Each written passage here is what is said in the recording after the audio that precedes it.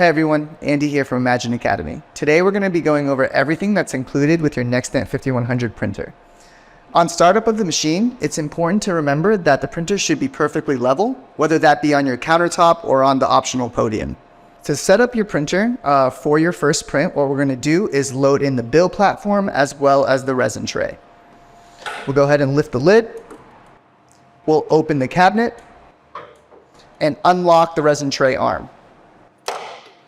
We'll lift this up completely and grab our resin tray. When handling the resin tray, we want to make sure that we're very careful around the oxygen permeable film at the bottom. And before we place it into the printer, we want to make sure that the entire seating area for our resin tray is completely clean. We want to make sure that it makes complete contact before locking down the arm.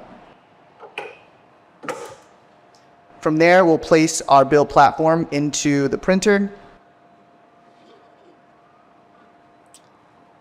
The orientation of the build platform is you want to make sure that the 4 QR codes are facing up when you install it, just like this.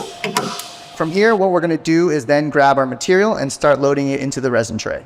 Our material has been mixing this entire time. Again, you want to make sure that you double check the appropriate mixing times before loading material into the printer. When loading things in, we're going to start at the center of the resin tray and we're going to keep an eye on the appropriate level it needs to be at. Typically, we like to keep the materials around anywhere between 2 to 4, which is the max. I'm going to let that build up slowly, just like that. The first set of accessories that we're going to be going over is your LCD 3D mixer that you can set your materials on and have them mixed overnight. We want to make sure that your materials are thoroughly mixed for the appropriate amount of time before you start printing with them. Make sure to check the material safety data sheets for each different material.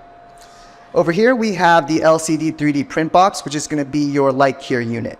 Again, make sure to check the MSDS to make sure that you're curing each material for the appropriate amount of time. The last set of accessories that we're going to be going over is your post-processing accessories kit. The first set of baths here include your initial dirty bath and your second clean bath.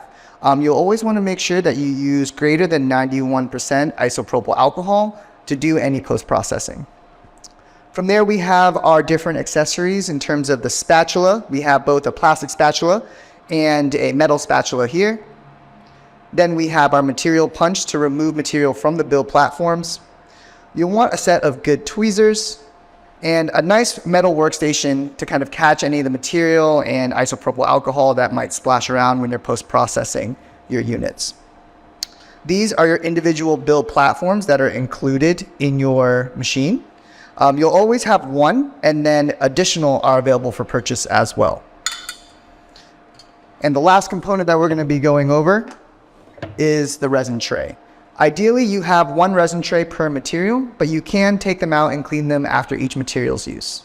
So once all of your accessories in your printer has been set up, we'll go ahead and prepare the printer for your first print. Once we have the amount of material that we need inside the resin tray, we'll go ahead and close the cabinet and close the lid. Again, when working with raw material, we want to make sure that it's not exposed to light for very long. Once everything has been set up, you're ready to print.